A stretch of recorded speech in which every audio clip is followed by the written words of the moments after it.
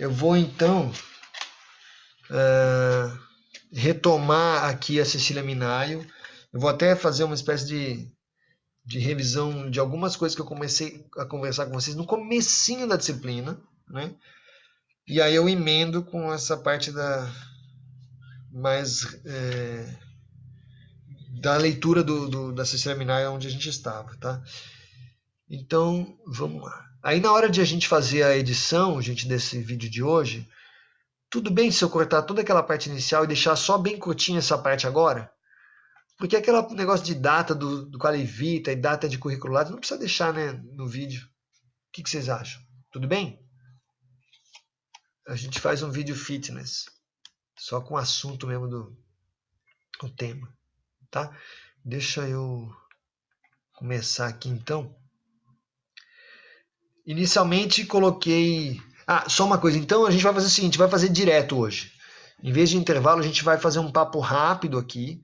E daqui a pouco a gente termina a conversa. Se tiver algumas perguntas, a gente já responde e a gente encerra. O tempo restante é para vocês...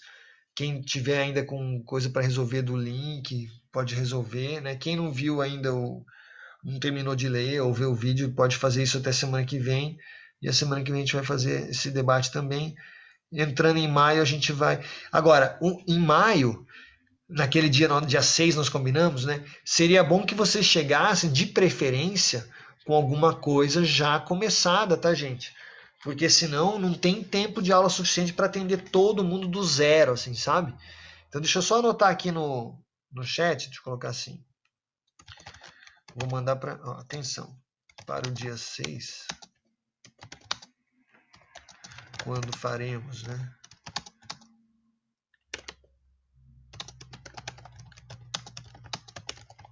Apresentação. Vamos ver. É bom que vocês já cheguem, né, com algum material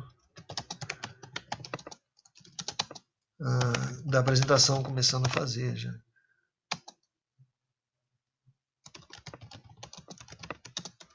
Seguindo aqueles mods do template lá, o modelo.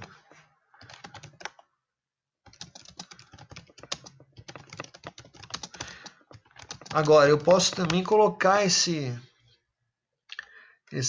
modelinho, eu posso até mandar para vocês no ambiente virtual, mas eu fico um pouco preocupado de ficar dando muito na mão, assim, acho que eu gostaria que vocês acessassem o site, procurassem lá um template, tá? É bem tranquilinho, né? Aí vocês já começariam antes do dia 6, seria bom. Aí dia 6 a gente meio que amarra as coisas, fecha, tira dúvidas, melhora os detalhes e tal, né? Então, beleza, vamos lá. Aqui eu quero retomar, né? Para a gente retomar aqui um pouco sobre essa discussão de fundo, uma discussão importante sobre a natureza da pesquisa nas ciências sociais, né?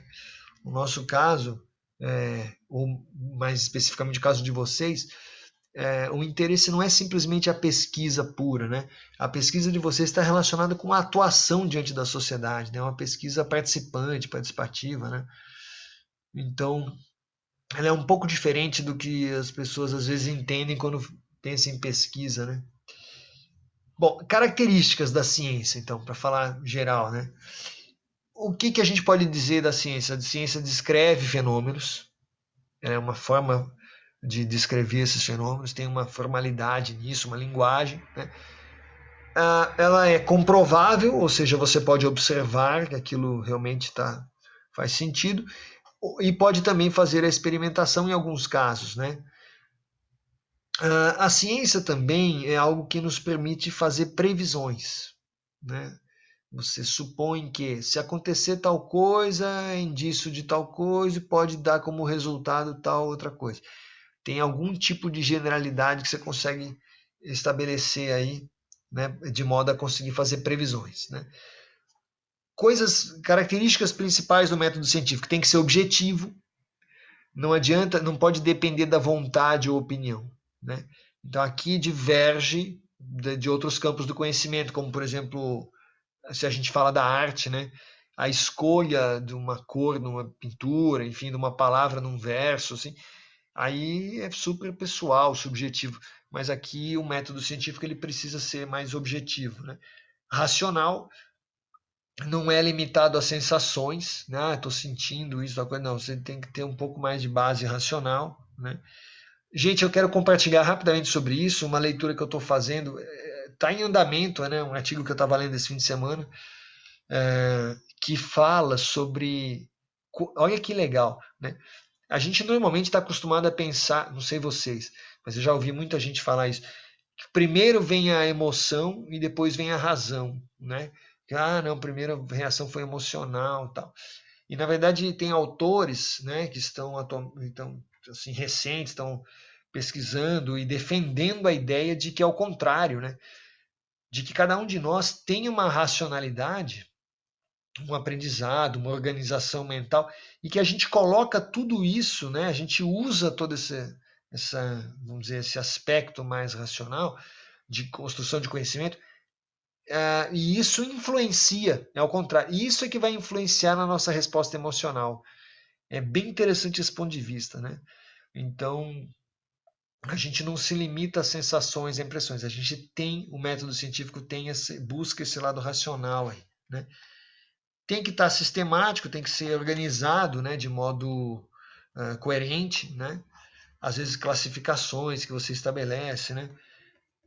Precisa ser, isso aqui é importante, são duas em uma, né? Precisa ser geral e verificável, ou seja, uma coisa que você faz aqui, em princípio você pode reproduzir, fazer um experimento parecido, ou fazer uma vivência semelhante em outro local, né? São leis e métodos que podem ser aplicados em diferentes contextos, às vezes com adaptações, né? Outra coisa que o método científico ele é aberto ao aprimoramento. Não é assim uma coisa perfeita, precisa, que não muda mais. Ao contrário, o tempo inteiro a ciência está em evolução, né? Procedimentos, exemplo na área médica, né? Vários procedimentos que já foram invasivos e hoje são mais tranquilos de serem feitos, né? Tem várias medições, por exemplo, própria questão de biópsia, às vezes algumas situações em que você antes precisava fazer extração de tecido, sei lá, uma amostra do material para poder analisar. Hoje existem alguns casos em que você consegue fazer em vivo, in situ, que chama, né? Avalia ali no lugar. Então, a ciência mudou, o protocolo mudou, né? Está aberto a aprimoramento. Muito bem. Aí a gente já comentou sobre as ciências empíricas, que são aquelas que tratam de fatos e de processos. Tem as naturais, que são controladas são feitas assim, estudadas por experimentação. A gente controla as variáveis, controla a temperatura, controla o ambiente e tal, pressão, atmosfera, às vezes faz um experimento, que é a parte da física, química e biologia em geral. E tem as ciências empíricas sociais. E aqui, que é onde nós estamos. E aqui o importante é que elas levam em conta a interação. A interação entre indivíduos é super importante, né? Bom, características da pesquisa social. Aqui a gente está dando sequência, resumindo ideias que aparecem no livro da Cecília Minay, que a gente comentou. Tem diferentes estratégias para você fazer a pesquisa social, né? E aqui eu, sem querer esgotar isso, porque é um campo vasto, eu vou colocar algumas, vamos dizer, os fundamentos, né? As partes principais, os principais recursos que a gente tem. No caso das estratégias de pesquisa, a entrevista e o questionário, né, são super importantes. Então é uma forma, uma estratégia de pesquisa, né, para a gente. Existe também os grupos focais. O que é o grupo focal? A gente pode falar mais outro dia, mas o grupo focal, basicamente, quando você seleciona, se você define um grupo pequeno, razoavelmente pequeno, para fazer um estudo em profundidade daquelas pessoas, e aquilo vai, a partir desse estudo aprofundado com esse grupo, você vai tirar conclusões que podem, com as suas limitações naturais, você pode supor, né, propor previsões quanto a grupos maiores, né? Então, por exemplo, quero fazer um estudo sobre, sei lá, desempenho de alunos, ou então os sentimentos dos alunos, a angústia dos alunos, o que acontece no contexto da pandemia em semana de prova, sei lá. E aí você pode fazer um grupo focal, você vai ter sei lá, 8 a 10 alunos e você vai estudar aqueles alunos, a gente pode combinar um grupo e tal, e aí vai acompanhando aquilo, o dia a dia, como é que tá. Então você estuda grupos menores. Bom, A gente tem a observação também, você pode simplesmente observar, né? E também tem a pesquisa em material secundário. A gente falou sobre pesquisa bibliográfica, conversamos bastante sobre isso, mas tem também a pesquisa documental. Às vezes você vai fazer uma pesquisa baseado em estatísticas, em cadastros, em arquivos que já existem, né? Então você vai lá pesquisar esse material, também é uma estratégia, né? Tem um caso que eu estava lendo aqui que o cara foi pesquisar os relatórios de causas de morte na França numa determinada época, né? E a partir daqui ele discutiu a sociedade. Muito interessante esse trabalho. Bom, instrumentos de registro. Como é que a gente faz para registrar o resultado dessas nossas estratégias, das nossas atividades em pesquisa social? Anotação mesmo, né, gente? O básico.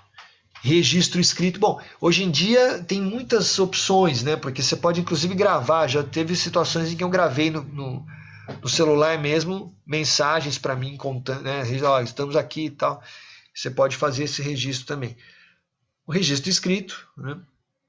No caso do questionário, você vai ter lá um formulário, enfim, você vai guardar isso. Fotografia, gravações, né? Muito comum isso, gravações em áudio ou em vídeo, né? Então são formas de registro também. Muito bem. Aí a gente tem uma bifurcação importante, que é a história da abordagem, que e na verdade nem está muito correto que eu escrevi aqui, porque eu estou simplificando. Ó, você tem a abordagem qualitativa, né? Que é um pouco o que a gente está falando, são aquelas perguntas que não são medições que você está fazendo, né? São mais abertas, né? Então você está avaliando dados que a gente chama de qualitativos. E tem a abordagem quantitativa mesmo. Você vai contabilizar efeitos, presenças, enfim, fluxos, né? Número de respostas, né? Beleza. O tratamento desse material todo, claro que ele vai depender das estratégias, da abordagem que você tem. Então, você pode fazer, se você tem uma entrevista gravada, você pode fazer análise do conteúdo, né? Ou então um texto recolhido, que é um pouco o que eu faço, né? Quando eu passo um trabalho para o pessoal, né? Faço, sei lá, uma resenha sobre tal coisa, eu vou avaliar o conteúdo da resenha e tal. Análise do discurso, você pode prestar atenção nas palavras que são usadas, qual o contexto, o que aquilo pode significar. E análise estatística, claro, né? Para o caso da pesquisa quantitativa, entre outras abordagens, tá? Entre outras formas de tratamento. Aqui, para a gente fazer pontuar, né? Chamar atenção, eu achei que era importante a gente comentar isso. Bem legal que a Cecília Minar comenta. Dessas abordagens, né? Se a gente pensa na abordagem qualitativa, né? Qual é o foco quando a gente está fazendo análise qualitativa? É a gente observar especificidades. Né? Então acho que eu devo ter dado esse exemplo já. Tem um monte de gente brincando, um monte de criança brincando lá no parquinho e tal. E você está fazendo, só que você não está fazendo contabilidade, você está fazendo análise qualitativa. Você vê que tem uma criança ali meio quietinha num canto sem fazer nada, né? Uma cara meio triste e tal. Ali, a abordagem qualitativa, teu foco de interesse, o que aconteceu, né? Você vai olhar para o específico, né? E naturalmente é um foco de atenção. Você quer saber o que aquilo sinaliza alguma coisa, né? Tem algo que não está funcionando naquela pequena comunidade ali, enfim. Então você vai prestar atenção nessas especificidades. Na abordagem quantitativa é um pouco diferente, porque aí você quer saber, o foco maior são as regularidades. Então qual é a tendência geral? Tendência geral, chegou no parquinho, começa a brincar, primeiro vai no escorregador, depois vai no tal. Você vai lá olhando isso, então você vai ver essas regularidades. E, em princípio, você supõe que isso que você está observando, essas regularidades vão apontando para você um padrão. As pessoas, em geral, fazem isso, as crianças fazem tal coisa, a sequência é essa. Quanto tempo fica no parquinho, você vai lá contabilizar tal. Então, são abordagens quantitativas. Né? Então, tem várias possibilidades de exemplo. Para o trabalho, os trabalhos de vocês, então, quando a gente for falar em TCC, vai ser interessante pensar nisso, né? Qual é a abordagem, né? O que vocês pensam? Vocês querem adotar uma abordagem quantitativa? E aí, uma coisa importante, não precisa descrever. Ah, professor, mas eu odeio número, então eu vou ficar só fazendo abordagem qualitativa. Não, não é desse jeito. Ah, professora, mas eu tenho dificuldade com a avaliação qualitativa, eu vou fazer somente tabela e gráfico estatístico e acabou. Não, muitas vezes, principalmente em serviço social, né, a área social que é complexa, pode ser interessante você ter uma abordagem mista. Você tem uma abordagem, você vai fazer uma pesquisa que vai ter aspectos qualitativos e outros aspectos quantitativos. Você vai fazer uma estatística ali, pode ser que seja útil para o teu caso, para o teu assunto. Mas isso não impede que você tenha uma entrevista mais aprofundada para saber de alguma pessoa, contexto histórico, enfim, estudar uma comunidade e tal. Tá? Então, uma coisa não é inimiga da outra. São abordagens muitas vezes complementares. Tá? É muito importante dizer isso, para não cair naquela coisa, ah, só faço desse jeito, só faço daquele jeito. Não, não precisamos ser assim. Aqui eu marquei para falar um pouquinho das correntes de pensamento. Então, isso está no livro. Eu vou passar, vou ler assim um pouquinho com vocês dessa parte das abordagens, das correntes de pensamento, as formas que você tem de abordagem, né?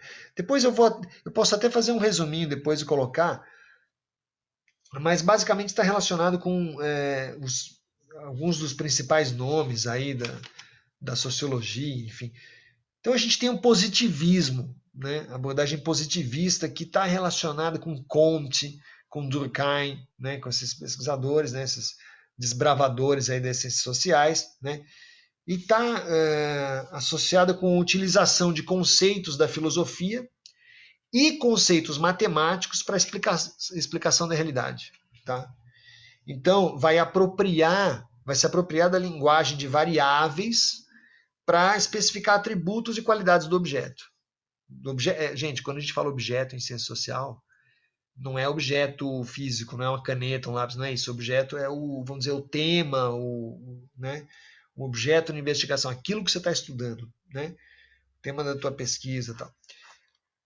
Então, os fundamentos da pesquisa quantitativa nas ciências sociais são aqueles princípios parecidos com a abordagem das ciências naturais, física, química. Né? Então, pensa o seguinte, princípios do positivismo. O mundo social também tem suas leis causais, causa e efeito, né? Mais determinista. Né? O alicerce da ciência é a observação sensorial. Você vai observar do jeito que o pessoal na física faz experimento, você vai ter a sua observação. A realidade consiste em estruturas e instituições que você identifica de um lado, e também, no outro aspecto, você tem crenças e valores. Né? Essas duas, isso se relaciona. Né? Então você tem de um lado as instituições, as estruturas, do outro lado as crenças e valores, essas coisas se misturam aí, né? Interagem, vamos dizer assim. São reais. O que você analisa, que você vai levar a sério, vai se debruçar para avaliar, são os dados visíveis, dados identificáveis, dados objetivos, concretos. Tá? A ênfase maior vai ser isso, na ciência, vamos dizer, nessa abordagem, nessa corrente de pensamento positivista que a gente chama. Então, fica muito próxima, é uma tentativa de aplicar métodos das ciências exatas aqui, nas sociais. Né? Os dados recolhidos da realidade empírica das estruturas são suficientes para explicar a realidade social. Então você olha, né, na prática e com aquilo você já tem que conseguir explicar a realidade social. O que nem sempre é suficiente, hein, gente? Então essa é uma abordagem que assim foi uma das primeiras, mas há muitas controvérsias, né, em relação ao positivismo. Né? Muito bem. A questão da objetividade, né? Na defesa do método quantitativo. Então, quando você vai mais para a pesquisa quantitativa, o tema principal é esse, você discutir objetividade. A análise objetiva é realizada sobre uma realidade concreta. Você pode usar modelos matemáticos, inclusive abstratos, aí é né, essa crença de, por exemplo, dar uma ênfase muito grande nas técnicas estatísticas e você com isso conseguiria entender uma realidade. Bom, quero dizer que eu sou da área das exatas, né? Também tenho a formação em física, matemática, né? Trabalho com estatística, mas eu sei que existem questões que não são explicáveis matematicamente. Eu tenho muito tranquilo isso para mim, né? Então é bom colocar isso para vocês. Bom, aí a gente vai caminhando e tem uma vertente, vamos dizer assim, que é mais próxima de Max Weber. Aliás, eu estou com um livrinho aqui, ó, só que aqui é uma bíblia, tem muita coisa. Metodologia de Ciências Sociais do Max Weber. Depois a gente pode até olhar, um outro dia eu vou falar para vocês um pouco de algumas coisas interessantes que tem por aqui. Mas que se chama muitas vezes essa corrente de compreensivismo, né? Então é uma abordagem diferente do positivismo, tá? Aqui já tem uma ênfase na questão qualitativa, né? Existe uma noção no compreensivismo de que a tarefa mais importante das ciências sociais, da ação social, é compreender a realidade humana socialmente, né? Nas suas diferentes manifestações. Fenomenologia, interacionismo, simbólico e significado. Então, assim, a sociologia compreensivista, essa abordagem, ela propõe a subjetividade. Sabe, de certo modo, é bem assim, marcando a diferença com o positivismo, né? Aqui não, é subjetivo mesmo, e esse é o fundamento da vida social. Não dá para você querer tudo explicado matematicamente, tá? Os compreensivistas não se preocupam muito em quantificar, e sim entender, compreender, né? Compreender relações, compreender valores, atitudes, crenças, hábitos, representações, você entender aquilo com mais profundidade. Aí você consegue interpretar a realidade, né? Então você atua no compreensivismo com as vivências, experiências, a convivência cotidiana. Você também analisa estruturas e instituições, né? Mas dentro de um aspecto, um ponto de vista da ação humana. Aquilo é uma manifestação de ação humana, né? Tá? Então, as linguagens, os símbolos, as práticas, as relações, essas coisas são importantes, né? Mais do que número. Tá? Muito bem. E uma outra vertente, vamos dizer assim, uma outra corrente de pensamento forte, né, é o marxismo, né? O marxismo considera o aspecto histórico, né, o contexto histórico. Então, vai levar em conta a historicidade dos processos sociais, dos conceitos, as condições econômicas, né, as contradições sociais. É um método que propõe uma abordagem dialética, vamos dizer assim, coloca frente a frente alguns aspectos do positivismo e do compreensivismo. Junta a proposta de analisar os contextos históricos e as determinações socioeconômicas das situações de vida, as relações sociais de produção. Então entra a economia também aqui, né? E isso é usado para tentar compreender as representações sociais, né? A dialética trabalha com a valorização tanto de quantidade quanto de qualidade, com as contradições intrínsecas às ações humanas, né? Agora é o seguinte, a análise na prática, muitas vezes a análise marxista, ela às vezes caminha para um viés assim, às vezes cai na explicação da realidade de um jeito um pouco mais positivista, né? Às vezes cai numa objetividade, nem sempre é possível isso, né? Então isso gera uma certa crítica, né? Mas basicamente o principal é no marxismo a presença, a importância dada ao contexto histórico. Você não consegue interpretar a realidade social isolada do contexto histórico. Você tem que saber a história, o caminho, a trajetória, né, de vida, enfim, para poder analisar, né? Então é complexo, né? Então avalie as contradições, né, da sociedade. Muito bem. O que a gente, aí depois de tudo isso, depois de falar tudo isso, a gente defende um equilíbrio, né? Que uma coisa não, aquilo que eu falei, uma coisa não exclui a outra. Aspectos qualitativos são fundamentais, mas não despreze também as abordagens quantitativas objetivas, tá? São coisas que nos ajudam enfim, a construir esse quadro, né? Essa representação social, né? Muito bem, se a gente quer fazer um resuminho, né, das formas de ver a sociedade e a sociologia, passando rapidamente para vocês como cada um desses teóricos mais assim históricos, né, verifica e compreende sociedade e sociologia. Tem aqui um resuminho para vocês, ó, que é o seguinte: Comte, né, positivista, né? A sociedade é um organismo vivo, tem sentido moral e sentido científico, né? A sociologia é uma reflexão filosófica sobre a sociabilidade humana.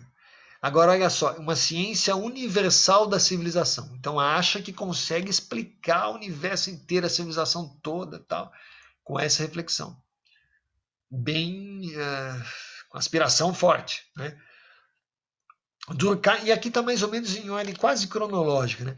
Durkheim fala que a sociedade ela resulta da combinação das consciências individuais. A sociedade tende à integração e se organiza por normas e costumes, né? E a gente poderia acrescentar leis, normas, leis, né? A sociologia, para Durkheim, ela busca um conhecimento objetivo e quer chegar a leis gerais. Então, veja como Durkheim e Comte, eles estão muito parecidos entre si. Tem um aspecto positivista que está presente aqui em ambos. Deixa eu ver o que nós temos aqui no chat de comentário. A gente teve um breve... que legal! Que legal, que bom que vocês já viram um pouco. Aqui é bem resuminho mesmo, né? Mas é legal a gente perceber as diferenças e as complementaridades, né? Então, assim, se a gente for marcar, eu acho que o Comte, vamos fazer assim uma palavra-chave, né? Ciência universal. Aqui o Durkheim, ele coloca de leis gerais. Ele ainda está inspirado aí na questão das ciências naturais, tá? Sociedade e organismo vivo, o Comte vê isso. Então, pensar mesmo como organismo. Aqui o Durkheim, ele fala eu acho que a gente pode marcar aqui, ó, combinação de consciências individuais. Então, você soma os indivíduos e combina e vai gerar a sociedade. E também é legal a gente colocar que ele menciona a questão das normas, né? Que é algo importante para a convivência social. Isso aí é inegável, né? Muito bem. Quando a gente chega em Weber, né? Sociedade, conjunto complexo de significados dos valores de uma época. Então já entra aqui, ó, tá falando de valores, significados, ó. Eu vou grifar aqui como chave, significados dos valores. Também começa a entrar uma noção de historicidade. Tá falando de época. Então supõe que as coisas podem mudar com o tempo, né? Muito bem, que mais? Na sociologia, Weber interpreta o sentido que orienta toda a ação social. Então tem aqui, ó, significado, sentido, então já entra, ó, sentido que orienta. Então busca por que está acontecendo aquilo, né? Compreender o sentido. Beleza. Descendo mais um pouquinho, a gente tem aqui a parte de Marx, né? Que a sociedade, então, como a gente até comentou, né? Ela é determinada pelas condições materiais, né? Os modos de produção condicionam a vida social. Então, assim, dá uma ênfase, né, que a gente não pode analisar as coisas sem levar em conta quais são as condições materiais. E na sociologia, como que vê a sociologia? Praxis, né? São ações concretas. Então, aqui falo de ações. Não é simplesmente ficar observando, né? Tem que, segundo o marxismo, né, toda a teoria só serve se você puder, com ela, orientar suas ações. Então, são ações concretas e históricas. Também é bonito pensar isso, né? O ser humano constrói a si e ao mundo, né? Então, a gente recebe essas condições históricas, a gente não, vamos dizer assim, a gente não define a história, o caminho que o mundo traçou até chegar no nosso momento atual, mas a gente pode interagir com isso para construir um mundo diferente, né? Então, ênfase nas ações concretas históricas. Tá? É bem legal de pensar isso. Bom, e aí, estamos finalizando esse. Eu vou pedir mais uns 2, 3 minutinhos só para a gente comentar. Nem escrevi aqui, eu vou ler dar um resumo aqui do texto, falando sobre o ciclo da pesquisa qualitativa, tá? Então, assim, é um ciclo que muitas pessoas usam essa imagem de ser um trabalho em espiral, né? Você vai aprofundando e vai voltando no tema, depois você volta a passar de novo por aquilo, só que cada vez de um modo mais profundo. De certo modo, gente, a gente pode dizer que isso é a nossa trajetória na vida, né?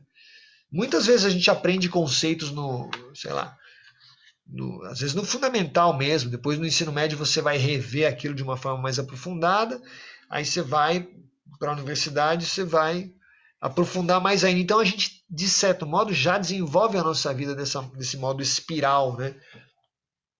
Então, assim, no caso da pesquisa social, são 3 etapas. Primeira, a fase exploratória, né? Então, projeto de pesquisa, toda essa parte que a gente até já viu um pouco disso, né? Na nossa disciplina, nós temos tratado disso, da fase exploratória. Os procedimentos necessários, problema, projeto, a gente vai focar nisso mais também. É um tempo que você usa para definir os seus objetivos, o seu objeto, né? Seu tema. Pesquisa teórica, metodológica, pensar justificativas e hipóteses para aquilo que você está estudando, né? Vai definir, por exemplo, o questionário, você vai ter todo esse trabalho, pensar o cronograma. Então, sabe aqueles itens todos do projeto de pesquisa? Está aqui nessa fase exploratória, tá? Beleza. Em alguns casos, inclusive, mandar para o comitê de ética o projeto, pegar as avaliações, fazer ajustes se precisar. A gente está na fase exploratória. Aí a fase de campo é quando você vai para a pesquisa propriamente dita, né? Você vai dialogar com a realidade. Então você vai aplicar aquele questionário, vai fazer as entrevistas, né? Combina observação, entrevista, outras modalidades de comunicação, né? Em alguns casos é onde você vai fazer a pesquisa do material documental também, análise documental, né? E aqui você vai seguir assim, um procedimento que você definiu lá na fase exploratória. Aquele teu projeto, você vai colocar em prática aqui. Muito bem. Estabelecendo relações, observações. Você aqui pode, na hora que você vai fazer a pesquisa a partir do campo, às vezes ela vai confirmar suas hipóteses, pode acontecer, é como esperado, mas nem sempre. Não tem problema nenhum. Né? Você está fazendo, está seguindo uma metodologia, e aí você pode chegar numa conclusão de que não, essa hipótese não funcionou na prática. Né? Muito bem. A terceira etapa seria a análise do material. Aí você já fez aquele entrevista, fez os encontros, fez a observação na realidade, você está com um monte de material anotado, registros, né? Bom, aí você vai fazer a ordenação, a organização dos dados, você vai classificar os dados e vai fazer a análise mesmo, análise propriamente dita. Pode envolver aqui a análise estatística também, tá?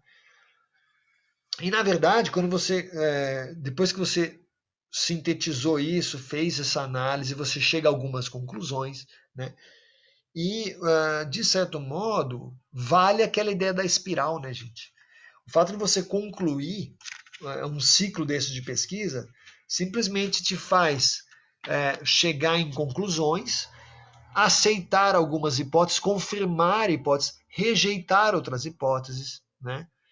Descobrir coisas. E isso vai ser o quê? Ponto de partida para futuras pesquisas que vão se basear, lembra? Na pesquisa histórica, na pesquisa bibliográfica, o que o cara vai fazer? Vai ler teu trabalho, de repente. Então é um ciclo. Esse final de um projeto, depois análise de dados, conclusões, como se fosse um artigo também, é o começo de outros trabalhos. Aquilo vai inspirar novos trabalhos. Pode ser feito por você mesmo, ou sua equipe, ou então outras pessoas que virão. Então é legal, porque se a gente pensa na pesquisa social nesse sentido, fica evidente que é um trabalho de equipe, é um trabalho coletivo, é um trabalho social, né? Porque você não está, não tem como. Primeiro que você não tem como fazer sozinho mesmo. Segundo que você entrega o teu trabalho, você publica aquilo e aquilo vai ser substrato, vai ser base para outros trabalhos que não necessariamente vão envolver a tua participação, mas tudo bem, né? Tá, então assim, o que que a gente pode talvez concluir dessa explanação, assim, desse nosso bate-papo, essa apresentação assim? Tem algumas coisas, talvez a ciência, uma palavra importante para a gente falar de trabalho científico aqui no serviço social, na pesquisa social, é o quê? É método, é metodologia, é você ter uma base, organizar, planejar a forma como que você vai fazer e aí vai para o campo, né? Tá, então, eu não sei, para mim sempre fica forte essa questão da metodologia ser muito importante, né? Você não pode simplesmente sair olhando por aí sem ter planejado nada e achar que vai descobrir alguma coisa. Aí não é científico. Você pode até ter grandes sacadas intuitivas, tal, mas o método é importante, né? E pensar assim que alguma coisa que não é só você que consegue fazer, que você consegue descrever de um jeito formal, né? Que outras pessoas possam fazer trabalhos semelhantes, né? A característica da reprodutibilidade, sabe, daquilo, não, eu posso refazer esse percurso depois, né? Isso é algo importante para a ciência, independente de ser ciências naturais, ciências sociais, enfim, tá? Então eu queria passar essas coisas para vocês. Agora sim, sobre o vídeo, né, aquele vídeo da semana passada que eu pedi para vocês virem, vocês têm algum comentário a fazer? Porque ali é uma discussão forte sobre o que é ciência no contexto da saúde. E falam muito da parte da psicologia, psicanálise mesmo, né? Mas é uma discussão, o que, que é ciência, qual a importância da gente,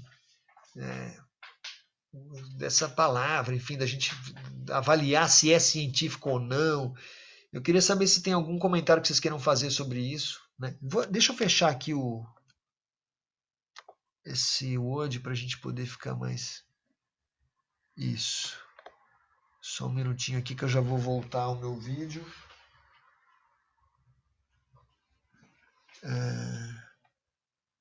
Tá, então, e aí, comentários sobre esse vídeo que vocês viram, não sei se todo mundo viu, enfim, dúvidas. Como é que é essa questão de falar de ciência, né? Bom, quero ouvir vocês um pouco. Tem algo que eu não comentei, mas que eu acho que aparece um pouco no vídeo e também, enfim, de todo modo eu acho que é legal falar, mas eu quero ouvir um pouco vocês. Perguntas, dúvidas, comentários. O que, que a gente pode aprender da ciência, dessas coisas que a gente está conversando, que possa ser aplicado para o projeto que vocês estão pensando, enfim, para futuras atividades? Então, professor, eu assisti o vídeo, eu achei ele um pouco difícil, né? Ele usa umas palavras um pouco diferentes, Uhum. mas o que eu fiquei um pouco em dúvida no comecinho foi que ele falou da indissociabilidade entre a clínica e a política, que ele Ah, separou legal. os autores, né? Só que eu fiquei um pouco confusa, que ele falou que a questão não é politizar a clínica, mas Sim, daí eu não consegui entender muito bem a questão dessa indissociabilidade. legal, legal. Bom, eu vou comentar um pouco sobre isso. Na verdade, o Wilson Franco, né, que fez essa fala, ele está, no caso dele, ele está envolvido com a clínica psicanalítica, né? Mas no nosso caso, a gente pode aproveitar essa discussão, né, e falar da indissociabilidade entre, vamos dizer assim, a própria ação social. Eu estou escrevendo aqui no chat ação social e política. Então, entre acolhimento, se a gente for pensar, uma outra maneira de pensar, entre o acolhimento social e a política. Quando fala política, ele tenta esclarecer isso, eu não sei se é bom a gente comentar, não é política que às vezes a gente fica pensando, né, sigla de partido, né, congresso, não é isso, né? Ele está pensando num aspecto mais da política como manifestação do homem, né? Manifestação pública, enfim, das coisas em que você acredita, né? Então, a gente pode até ir além, né? O fato de você escolher o curso de serviço social, se a gente quiser aprofundar isso, essa escolha, por que você foi fazer serviço social e não foi fazer design, por exemplo? Você veio fazer serviço social e não foi fazer engenharia, né? O que ele está colocando ali é que, no fundo, até mesmo essa escolha, por mais que a gente não fale, não perceba, né? Isso não é evidente para a gente, mas é uma escolha política também, né? É uma atitude, é uma maneira de você se posicionar diante do mundo. Fala, não, peraí, o mundo tá assim, as coisas estão difíceis, tá, mas eu quero fazer serviço social, eu tô a fim de trabalhar para, eu quero cumprir minha ação social. Eu não sei se para vocês, talvez eu viaje e erre aqui, vocês podem me corrigir. Eu não sei se vocês têm uma noção, para mim aparece muito, né? Que é assim, como se você tivesse, sabe, uma missão, uma ação a ser cumprida. Não, eu sinto que eu preciso fazer isso. Vocês têm isso? Sabe, eu tenho certeza, sabe, eu vim aqui feliz, né? Eu sempre falo com a Débora, agradeço, né, a participação, a possibilidade de estar aqui com vocês, para mim é precioso, porque eu sei que eu tô com gente que, que tem esse envolvimento social, porque, meu, a escolha do curso, né? Sabe, não tem chance de encontrar alguém aqui que, não tô nem aí, quero que as coisas. Não, vocês são pessoas ligadas, vocês querem atuar, ajudar de alguma forma a acolher. Então, isso, só para vocês saberem, já é uma atitude política. Vocês já são pessoas com envolvimento político, porque vocês têm esse envolvimento, essa vontade de ação social. Tá? É um pouco isso que ele está falando. Por isso que o Wilson Franco fala, tem uma indissociabilidade entre a clínica e a política. É porque você se propor a uma atividade clínica, e no caso de vocês, se propor a uma atividade social, já envolve uma postura política. Uma postura diante da vida, do mundo, né?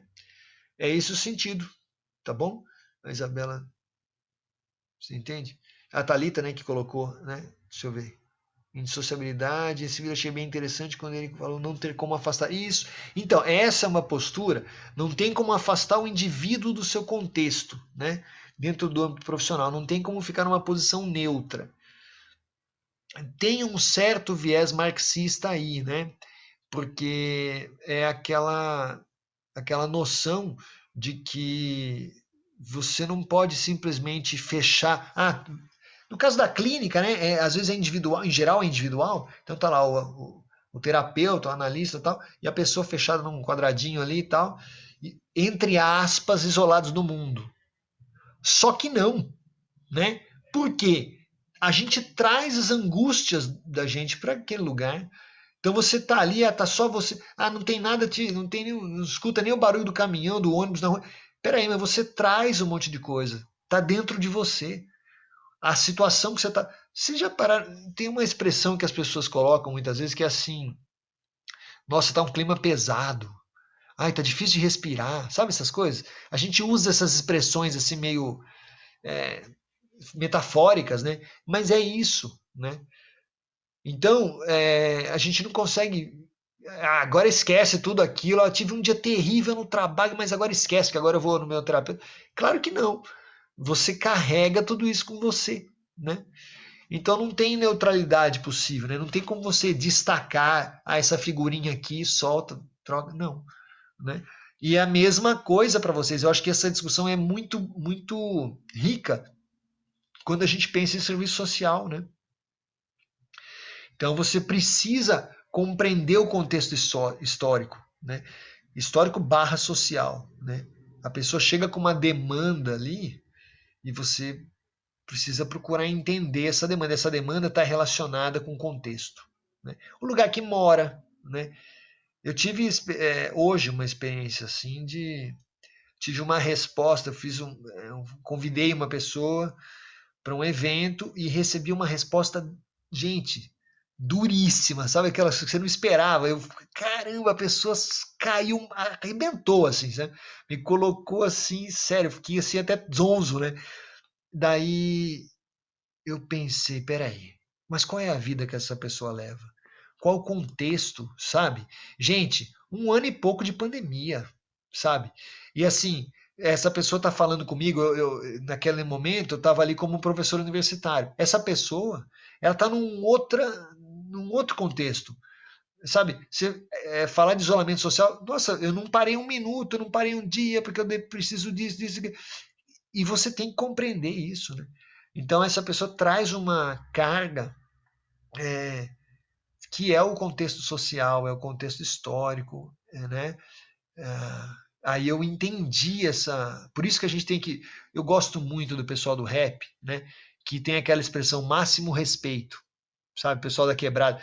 Eu acho assim, a gente tem que ouvir vocês, gente. Vocês são, nossa, tudo de bom. Vocês são a esperança que eu tenho de um mundo melhor, na boa, assim, sabe? Então é esse escutar com o máximo respeito, gente, né? Então de repente a pessoa veio, falou um monte, né? E aí eu tenho que entender e pensar, puxa vida, a minha abordagem não foi legal, eu falei de um jeito que eu achei que estava tranquilo, a pessoa está com um monte de coisa, né? E de repente chegou de um jeito mais pesado. Então, não tem jeito, né? Não tem como a gente afastar o indivíduo do seu contexto, né? Eu não estou falando com alguém que é igualzinho a mim, né? Que entende tudo que eu falo. Não, a gente tem essa humildade, né? De falar, peço desculpas, eu não quis, eu achei que ia ser um convite. Eu estava achando que a pessoa ia ficar feliz, né? Sabe como é que é? Oh, foi mal, né? Então, gente, é um aprendizado diário, diário. E não acaba isso, viu? Não tem diploma, não tem. Ah, mas o cara tem mestrado, doutorado. Esquece. Convivência humana é aprendizado diário, gente, para sempre, não tem, né? Eu acho bonito isso. Assim, o pessoal que é muito das exatas, acho que teria dificuldades, né? Porque assim, mas como? Eu fiz tal coisa, eu fui educado, tal. Mas não, está em processo, as coisas estão mudando.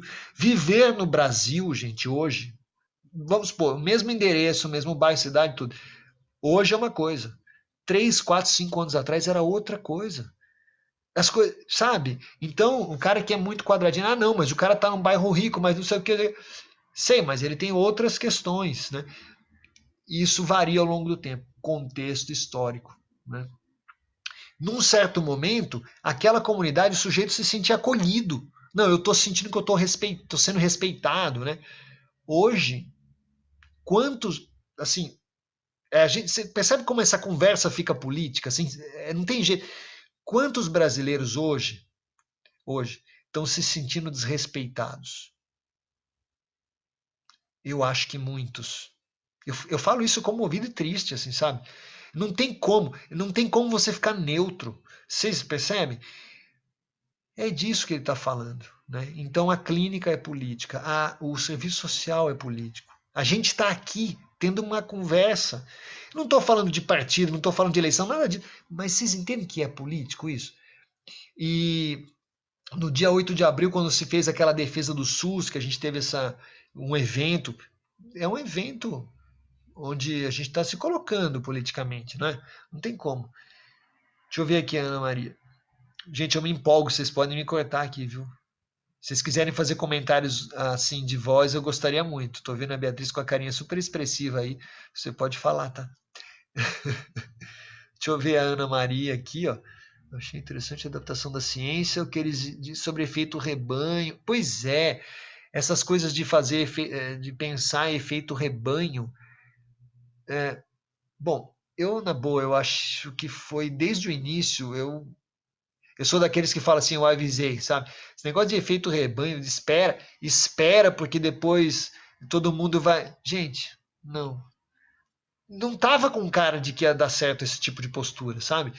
Mas assim, mesmo que você tivesse acreditado nisso, os fatos estão mostrando vários países que não se cuidaram direito. Isso eu estou falando de 1 ano atrás, hein, gente? Começou a acontecer a Covid, espalhar a pandemia, em alguns lugares trataram de um jeito, outros de outro, e deu diferença, né? Então, agora, é isso, né? A ciência vai entendendo melhor as coisas. Quer ver outra adaptação? Vou falar de um erro meu, assim, uma bobagem. Eu estou estudando diariamente os dados da pandemia em São José e na região, né? E aí, no ano passado, quando chegou num certo, não lembro, lá para julho, agosto tava um momento muito grave da pandemia, sério mesmo, aqui em São José, tava barra pesada, sabe?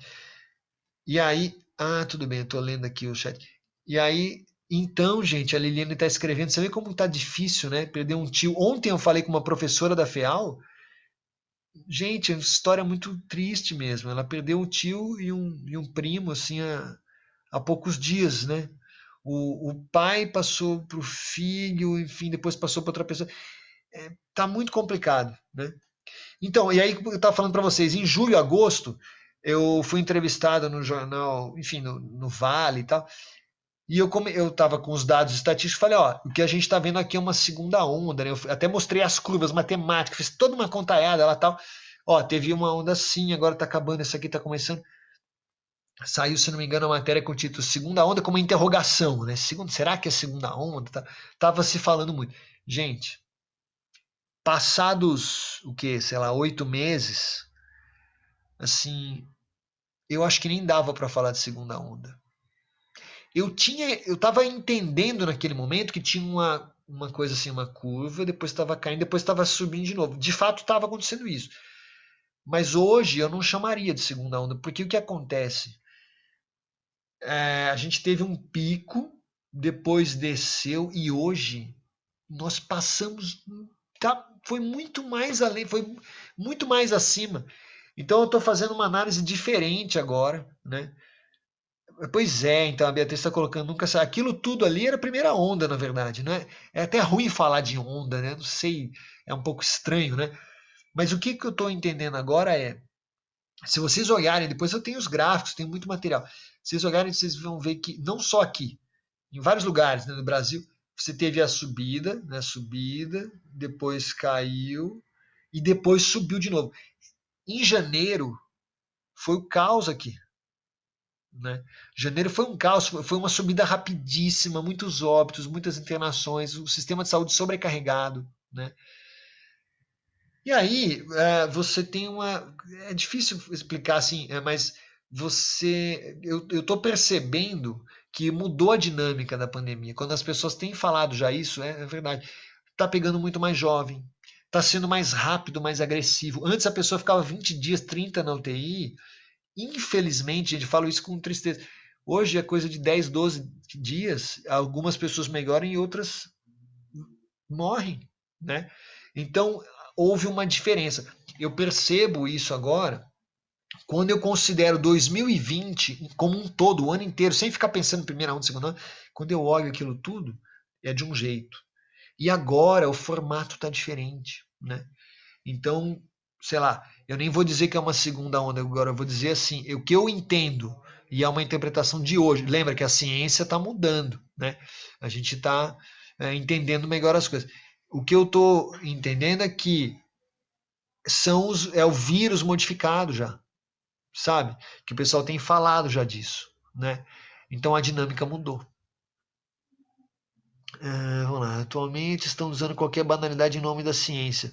É como se cada dia. Esse é um problema, né? Quando as pessoas. Isso, a Isabela falou, é exatamente isso, são as variantes. Então, nesse olhar matemático assim sobre os casos de São José e da região, eu estou entendendo o seguinte: a partir de meados de novembro, lá para 15, 20 de novembro, mudou a dinâmica. Eu acho que deve ser a chegada das variantes. Para mim, em novembro já começou por aqui essa questão das variantes, porque a gente estava num momento que parecia controlado, mas durou assim coisa de 5, 10, 15 dias, já estava voltando de um jeito diferente. Então eu acho que já era o vírus. É uma corrida. Por isso, gente, que a gente fala assim, a vacinação tinha que ser rápida. Entende? Se a gente consegue controlar isso, beleza. O vírus não para, né? Então, do que falar, né? Acho que é mais ou menos óbvio, né? Se a gente... Enfim. E aí a Thalita comentou isso, né? Fala-se muito da ciência. Então as pessoas falam assim, mas quer ver uma coisa que falam muito? Ah, mas não sei onde fez o isolamento social e continuou com muitos casos. Só que a pessoa não entende que o caso é assim, a pessoa se contamina, passa 10 dias, tem o sintoma, alguns casos é internada, fica 2 semanas internada. Então, assim, entre uma coisa e outra dá um mês. Não é para você comparar, fez isolamento social em janeiro, mas janeiro teve muitos casos. Claro, você tem que olhar fevereiro, você tem que olhar. Então, isto que eu estou falando é ciência, gente. Agora, o cara que fica, ah, não, mas continua aumentando o caso. É porque não está entendendo, ou então, alguns casos pior, né? Às vezes essa pessoa não quer entender. Existe um tempo, gente, sabe? Entre você toma uma decisão e, e tem a consequência daquilo demora, né? O vírus virou palanque. Agora tem isso também, tem essa questão, né? Às vezes um estado pensa de um jeito, né? A governança, e aí a federação pensa de outro. Isso é um problemão, né? Você vê como a saúde acaba envolvendo decisões políticas também. Só que o ideal era que todo mundo estivesse junto para poder, enfim, combater de modo mais potente, de modo mais eficaz esse problema, né? Então você percebe que não é questão de sigla, mas é questão de postura, né? Não, vamos trabalhar junto, né? Tem uma foto que circulou na internet de um ex-presidente tomando vacina, né? Um ministro que era um cara, era uma briga política que tinha, um cara de um partido, outro do outro. Cara, estão juntos. Quando aconteceu a situação tempos atrás, estavam juntos, estavam trabalhando cooperativamente. Agora tem que ter essa noção, né? Infelizmente, hoje tem pessoas que não têm muito essa noção. Mas entende? Então, no fundo, é sempre essa história do contexto social, contexto histórico e não tem neutralidade, né? Tem é uma imagem assim até de literatura. Ah, então nem vou entrar nesses comentários, mas de fato, a gente vê coisas, né, políticos e tal. Mas tem uma imagem que é assim, eu gosto muito. Sim, sim, a gente está vendo aqui o chat, as pessoas estão tendo casos, infelizmente, aquelas coisas loucas da internet de divulgar realmente problemas que estão acontecendo na vacinação, alguns casos difícil mesmo, né? Então, mas assim como eu estava querendo falar, quer ver a questão da postura política, né? Tem uma literatura, né? Uma historinha, um conto. Tem uma situação onde os gigantes aparecem gigantes, né? Tem nós estamos em equipe ali e tal, e de repente aparece um gigante lá. E aí vai o campeão da turma, vai o cara que é assim, nossa, o herói, vai o herói teu time lá, da sua população, da sua cidade, vai combater aquele gigante. Cara, se você ficar quieto assistindo, significa que você está apoiando o gigante. Você entende? Se você tá só, eu vou só fazer observação, vou ficar tirando foto. Cara, você está apoiando o gigante. Desculpa aí. Sinto muito, lamento, não faça. Agora, os outros têm que correr pegar pedras. Meu, junta a galera, vamos pegar, faz barricada, vamos fazer alguma coisa, entende? É essa questão da postura social. Tem um outro exemplo que aconteceu na Praça Afonso Pena aqui, que é uma história engraçada. Teve um festival de teatro. Estou falando sobre ação social, sobre a postura política. Teve um festival uns anos atrás e tinha peças que eram de teatro de rua. Na peça ao vivo acontece. A peça discutia várias questões, acontecia uma cena e um herói era preso, acorrentado, ficava ali meio amordaçado num canto, né? E ficava ali amarrado. E todo mundo assistindo, né? E aí os caras começavam a provocar, a população não faz nada, esse pessoal tudo um bando de banana, não quer nem saber. Fizeram uma provocação. Bom, eu peguei, fiquei revoltado, né? Levantei e soltei o cara, né? Comecei a tirar, desamarrar a corda, né? Tal. E aí o cara, nossa, primeira vez que alguém me ajuda, puxa vida, obrigado. Então, eu achei muito legal. Quer dizer, foi uma provocação, né? E eu fiquei sabe aquele momento, não posso ficar quieto, né? Então é isso, né? Eu acho que se você estivesse assistindo essa peça, vocês teriam feito isso também. Eu tenho a sensação de vocês teriam ajudado, porque Fiquei assim, meu Deus, esse cara aí tá sofrendo, né? Vamos lá, deixa eu ver aqui a Thalita. Falando, a Liliane, a vacina é a cura.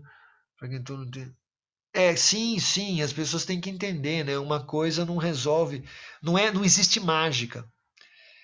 O que nós não podemos é confundir ciência com mágica, não é assim. Tipo, abracadabra, sarou, né? Não é isso, né? Muito bem. Bom, a gente se afastou um pouco do debate, mas a gente está falando de ciência também, né? E no fundo é isso, né? O posicionamento, como a gente se coloca diante de uma situação, né?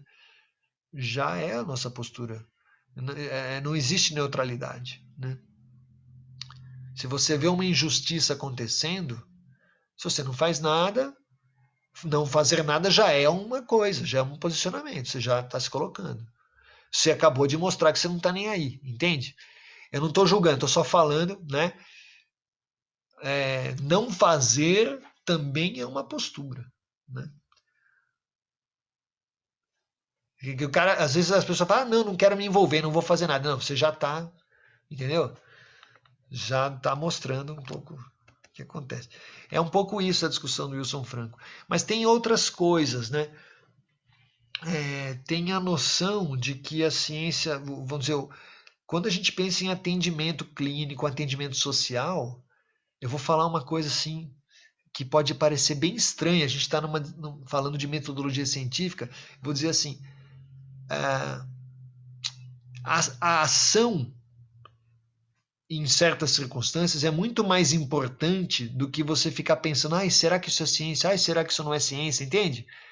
Às vezes você fica um debate. Hoje eu tive uma conversa também assim, com um pessoal que eu adoro. Tava numa conversa. E aí eu fechei a câmera numa hora, né?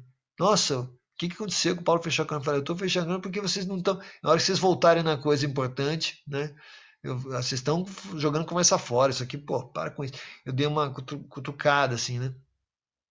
Então, é o questionamento, é o posicionamento, né? E assim, não ficar discutindo se é ciência ou não é. Meu, o cara tá morrendo. Vamos ajudar, sabe? Faz alguma coisa, encaminha. Vai ficar discutindo. Não, mas é porque. Tá, mas eu. Quer ver uma outra coisa? Mas esse cara não é de São José. Pô, o cara chegou aqui na rodoviária, tá tossindo, tá passando mal. E aí? Ele não é de São José. Meu, e aí? Mas isso não é. Não, gente.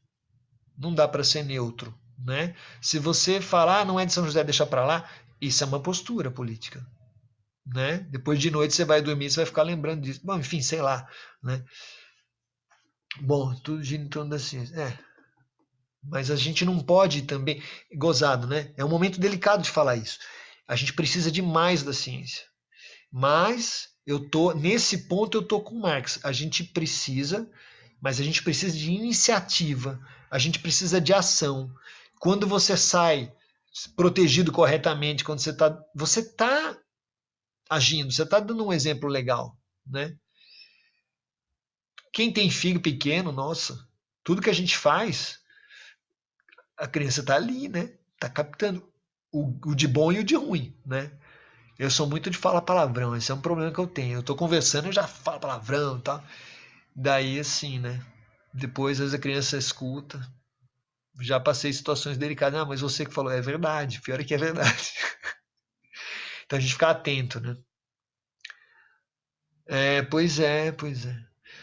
Bom, gente, mas é isso. Vocês têm mais algum comentário? Eu queria ver se tiver mais algum comentário sobre o Wilson Franco, sobre a conversa lá. Né? A ciência é super importante, mas a nossa posição, a nossa ação, né? A vontade de agir é fundamental também. Acho que é no mínimo tão importante quanto, né? Porque afinal é pesquisa social, né? E eu me sinto à vontade para falar isso, porque eu trabalho muito na área de exatas, né?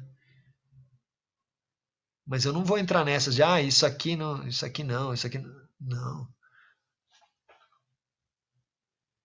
Vamos atuar, vamos fazer. Gente, deixa eu lembrar vocês. Amanhã nós temos um sarau em horário happy hour, das 6 às 7, né? Coloquei o link lá no ambiente virtual. vocês devem estar recebendo isso também de outras formas. E eu conto com a participação de vocês, se possível, levando um verso, uma palavra, uma cantoria. Quem quiser cantar será bem-vindo.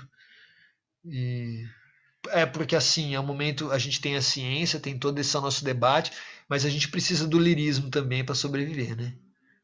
A gente precisa da dimensão do sonho, gente, sabe?